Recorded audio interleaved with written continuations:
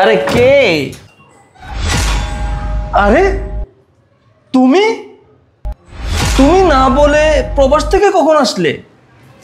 হ্যাঁ আমি। কেন অবাক হচ্ছ? তোমাকে না বলেই চলে আসলাম। এখানে কি সব কথা বলবা? ভিতরে যাই, তারপরে সব বলতেছি।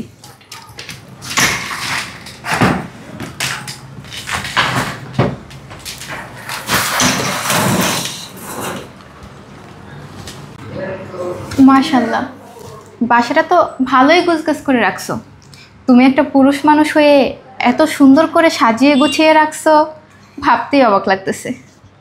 হ্যাঁ, নিজের বাসা নিজে গুছিয়ে রাখবো না? যাই হোক, তুমি হঠাৎ করে এইভাবে চলে আসলে। আর উনি কে? এটা তো বললে না। উনি কে? তোমার কি হয়? ও, আমি তো ভুলেই গেছিলাম, ওর সাথে তোমাকে পরিচয় করিয়ে দেওয়া হয়নি। ও আমার হাজব্যান্ড। মানে?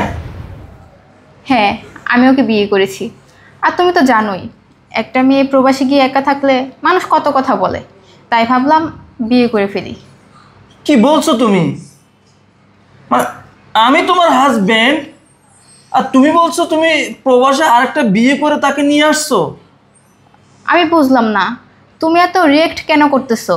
দেখো, এসব এখন অ্যাভেলেবেল হচ্ছে। আর তুমি দেশে আসো, আমি তো তোমাকে ডিভোর্স দিইনি, সমস্যা কি? সমস্যা কি মানে? কি বলছো তুমি? মানে আমি তো তোমার হাজবেন্ড, তাই না?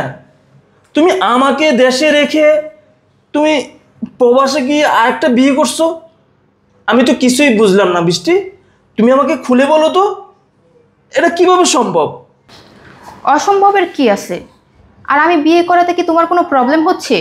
আমি তো প্রতি মাসে তোমাকে টাকা পাঠাইছি, তোমার যখন যেটা প্রয়োজন আমি তোমাকে সেটাই দিছি। আর তুমি এরকম কেন করতেছো? দেখো, আমার যেটা ভালো মনে হয়েছে আমি সেটাই করছি। আমার মনে হয়েছে আমার ওখানে একা থাকাটা ঠিক হবে না, এই জন্য আমি বিয়ে করছি। হ্যাঁ, তুমি আমাকে সব কিছু দিয়েছো, মাসে মাসে টাকা পয়সা দিয়েছো। আমি তোমার টাকা নষ্ট করিনি। তুমি যেভাবে দিয়েছো সেভাবে ব্যাংকে আছে। আর কিছু কিছু টাকা আমি খরচ করছি। কিন্তু এটা কিভাবে সম্ভব? আমি তো তোমার হাজবেন্ড আছি। মানে তুমি একটা মেয়ে হয়ে আর একটা বিয়ে করে বাড়িতে নিয়ে আসছো, আর এটা আমি মেনে নেব? এটা কেন মেনে নিতে পারবো না? দেখো, এটা একদম নর্মাল বিষয়। আর বিদেশে এগুলো অ্যাভেলেবেল হয়। এই যে দেখো, আমি যেমন ওকে বিয়ে করছি, ওর কিন্তু বউ বাচ্চা সবই আছে। ওর বউ বাচ্চা ঠিকই মেনে নিছে, কারণ ওর বউ কিন্তু আরেকজনকে বিয়ে করছে। এগুলো একদম নর্মাল। তুমি এত সিরিয়াসলি কেন নিতেছো? একদম স্বাভাবিকভাবে নাও এগুলো। WhatsApp bro. ধরবেড়া হোয়াটসঅ্যাপ ব্রো। এই, তোদের কি মান সম্মান নাই? হ্যাঁ, নিজের ঘরে বউ রেখে আরেকটা মেয়েকে বিয়ে করছস, আবার ড্যাং ড্যাং করে বাড়িতে চলে আইসুস। বেয়াদব কোথাকার। এই শুনো, তুমি যেভাবে আসছো আমি তোমাকে এভাবে মেনে নিতে পারবো না। কারণ যেই মেয়ে বাসায় স্বামী রেখে প্রবাসে গিয়ে আরেকটা বিয়ে করে, তাও আবার বাড়িতে নিয়ে আসে, তার সাথে আমি সংসার করব না। কারণ এই এলাকার মানুষজন আমাকে কি বলবে বলো? মানে আমার বউ দুইটা বিয়ে করছে, আমাকে রেখে আরেকটা বিয়ে করছে, এবং সে বাড়িতে নিয়ে আসছে। শুনো, আমি এলাকায় মুখ দেখাতে পারবো না। মানুষ আমাকে সিসি বলবে, খারাপ বলবে। কারণ তোর বউ প্রবাসে গিয়ে আকামুকাম করে আরেকটা ছেলেকে বিয়ে করে বাড়িতে নিয়ে আসছে, সিসি করবে আমাকে। শুনো, তুমি যেখান থেকে আসছো ওখানে চলে যাও, তোমাকে আমার দরকার নেই। বুঝলাম না, এসব কি বলতেছো তুমি? হ্যাঁ, মানুষ কি বলবে, এলাকার মানুষ সিসি করবে না থুতু দিবে, এসব কোন ধরনের কথা? এলাকার মানুষ কি ভাত কাপড় দেয়? হ্যাঁ না, এলাকার মানুষ তোমাকে চালায়, তোমাকে আমি চালাই। আমি প্রবাস থেকে টাকা পাঠাই, সেই টাকায় তুমি চলো। আর আমি আমার স্বামী নিয়ে এখানেই থাকবো, আমি কোথাও যাব না। কি কি বলছো তুমি? এই বাসার মধ্যে তুমি থাকবা? এটা কিভাবে ভাবলা?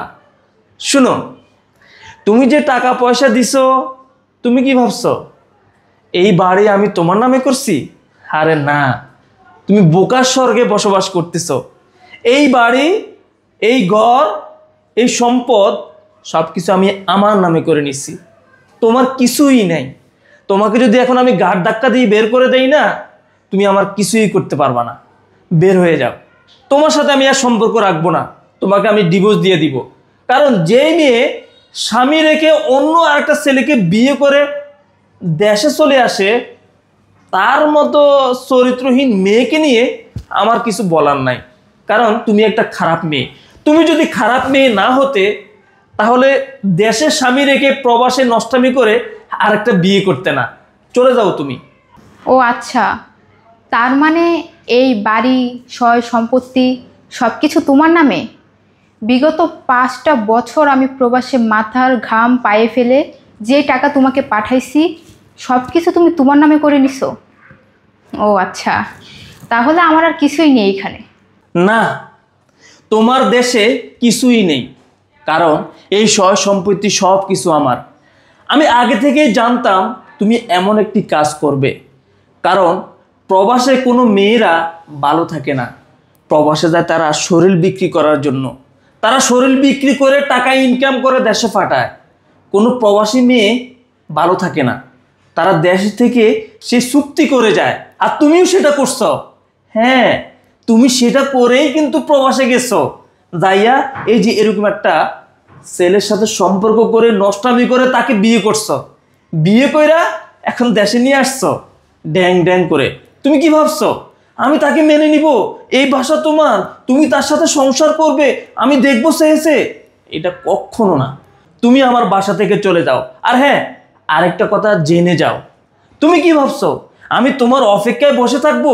মানে তুমি প্রবাস থেকে আসবা, তোমার সাথে আমি সংসার করব, সেই আশা যদি তুমি করে থাকো তাহলে ভুল। শুনো, আমি আরেকটা বিয়ে করছি, আমি বিয়ে করে এখানে সংসার করতেছি। যাই হোক, একটু তোমার সাথে আমি পরিচয় করাই দেই। তাবিন, তাবিন, একটু নিচে আসো তো।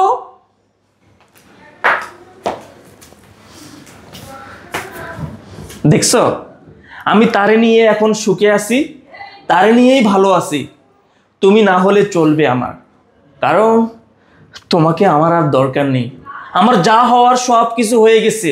আমার এখন বাড়ি আছে, আমার গাড়ি আছে, আমার টাকা পয়সা আছে ব্যাংকে।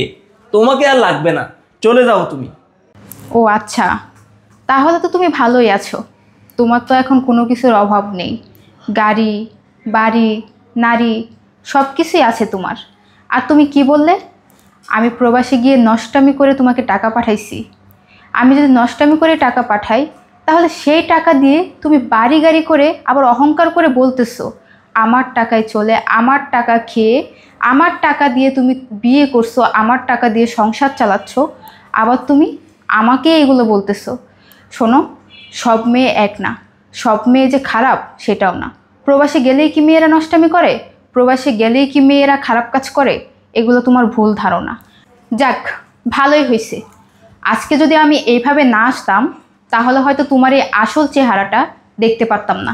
শোনো, তুমি কি ভাবছো আমি ওনাকে বিয়ে করেছি? না, আমি ওনাকে বিয়ে করিনি। আমরা দুজন একই কোম্পানিতে জব করতাম, আর একই দিনে একই ফ্লাইটে আমরা দেশে আসছি। আমি ওনাকে সব কিছুই বলেছি। আমার তোমার উপর আগে থেকেই সন্দেহ হচ্ছিল, কারণ তুমি আমার সাথে ঠিকঠাকভাবে কথা বলতে না, কেমন যেন আমাকে এড়িয়ে এড়িয়ে চলতে, আমার সাথে যোগাযোগ বন্ধ করে দিতেছিলে। আমি ওনাকে সব কিছু বলার পর উনি আমাকে এই আইডিয়াটা দেয়, আর আজকে তো নিজের চোখেই সব কিছু দেখলাম। আমি প্রবাসী থেকে এত কষ্ট করে টাকা ইনকাম করে তোকে টাকা পাঠাইছি, আর সেই টাকা দিয়ে তুই বাড়ি করেছিস, গাড়ি করেছিস, এবং কি বিয়ে করে সংসার পর্যন্ত করতেছিস আমার টাকায়। তুই কি ভেবেছিস আমি তোকে ছেড়ে দিব? কখনোই না, আমি তোকে পুলিশে দেব। তোকে আমি কখনোই ভালো থাকতে দিব না। এই চলো। শোনো, চলো, এই বাসায় আর থাকবো না।